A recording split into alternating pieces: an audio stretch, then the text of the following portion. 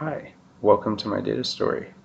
Got the idea for this while playing a video game, League of Legends, that is a popular online game that has a competitive aspect. The game consists of two teams of 5 players where they fight for control of the map with the ultimate goal to destroy the other team's base. We've got a list of key terms here that I looked at as metrics within the game and how they contribute to a win or a loss. I know these terms might seem foreign and you wouldn't know what they are, but I've provided links at the bottom of the slide to help you get an insight and make my data story make more sense to you.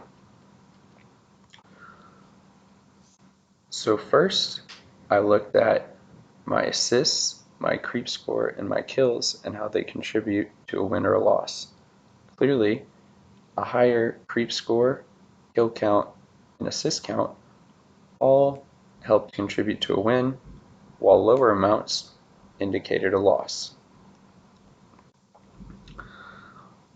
Next, I looked at my KDA as it is a more wholesome metric in contributing to a win, as it doesn't necessarily need you to score the final hit on an enemy character.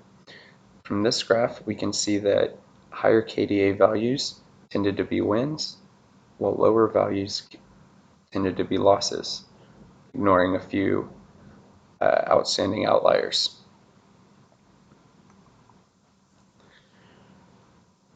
Well, vision is really important in this game as it gives you strategic insight. So I wanted to know, well, does providing vision help me secure kills? From this graph, we can see that yes, indeed, a decent number of wards, so 4 to 5, had a heavy influence on securing kills, even in games that were losses. So continuing with the vision conversation, I wanted to also look at assists, as the characters I play tend to go for assists as opposed to last hits on enemy characters.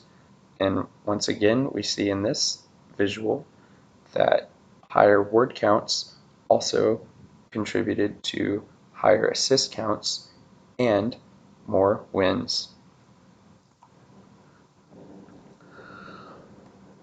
An item gotten every single game are boots. While they provide mobility, they also can be upgraded into defensive, offensive, or utility based on gameplay situations. Here, I looked at the boots that I got most often, and here I can see a clear winner in Mercury Treads. Mercury Treads are boots that provide a stat called Tenacity, and Tenacity helps your character resist crowd control and maintain the ability to move your character as you wish in team fights, which helps me contribute more to team play and got me more assists, which in turn helped me get more wins. One of the first things you learn in League of Legends is keeping your death count low at all costs. Deaths are the worst thing that you can have happen. They completely remove you from the game for a short amount of time, but during this, you cannot in any way positively contribute to your team.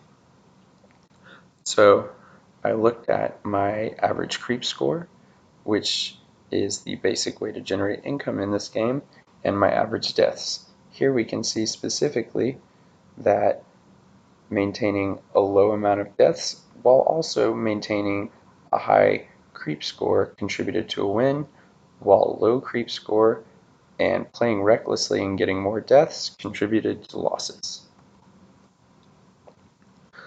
So once again, looking at boots, I wanted to see how they helped lower the worst stat you can rack up in this game, deaths.